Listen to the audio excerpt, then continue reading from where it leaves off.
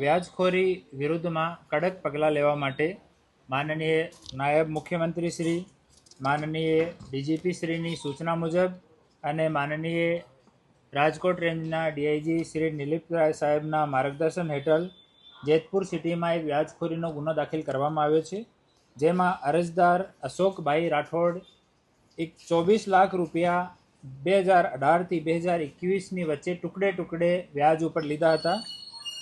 આ રૂપિયા વ્યાજ સહિત ટોટલ 41 લાખ રૂપિયા ટુકડે ટુકડે પરત કરવામાં આવ્યા। તેમ છતાં આરોપી અને જાનથી મારવાની ધમકી આપી, આનાથી ઓર પૈસા એક્સટોર્શન કરવાની એની દીકરી અને ભાણી વિષયમાં બહુ અભદ્ર મેસેજ કરવામાં આવ્યા કે તમે પૈસા નહીં ચૂકવી શકતા તો હું તમારી દીકરી સાથે, તમારી ભાણી સાથે એમ કરી નાખીશ।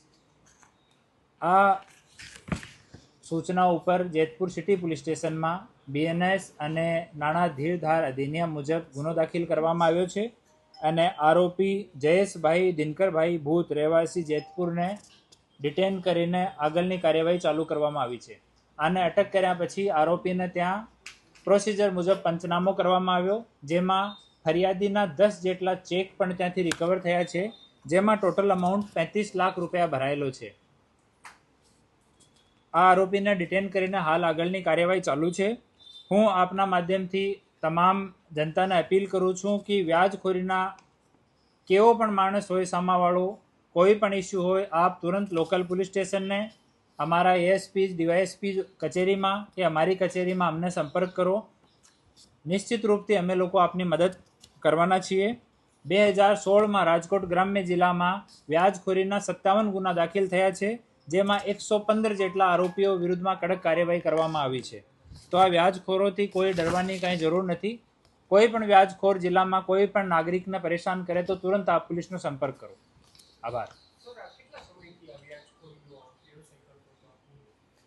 એની પાસે વ્યાજનું લાયસન્સ નથી, રજિસ્ટર્ડ કોઈ એની પેઢી નથી। આ માણસને વ્યાજ ઉપર પૈસા આપ્યા ને એનાથી એક્સટોર્શન કરતો હતો। એની હાલ તપાસ ચાલુ છે અને ઘરની સર્ચ કરવામાં આ જો આપનો અરજદાર છે એના 10 ચેક મળ્યા છે। બીજી જો એની દુકાન છે, ઘર છે, ત્યાં બીજા પંચનામા કરીને આગળની કાર્યવાહી કરવામાં આવશે। હા, એનો ભોગ કોઈ બનેલો નથી, એના વિરુદ્ધમાં પહેલો ગુનો છે। 2% વાત થઈ હતી મહિનાનાની, પરંતુ એનાથી વધારે પૈસા લઈ પણ લીધા।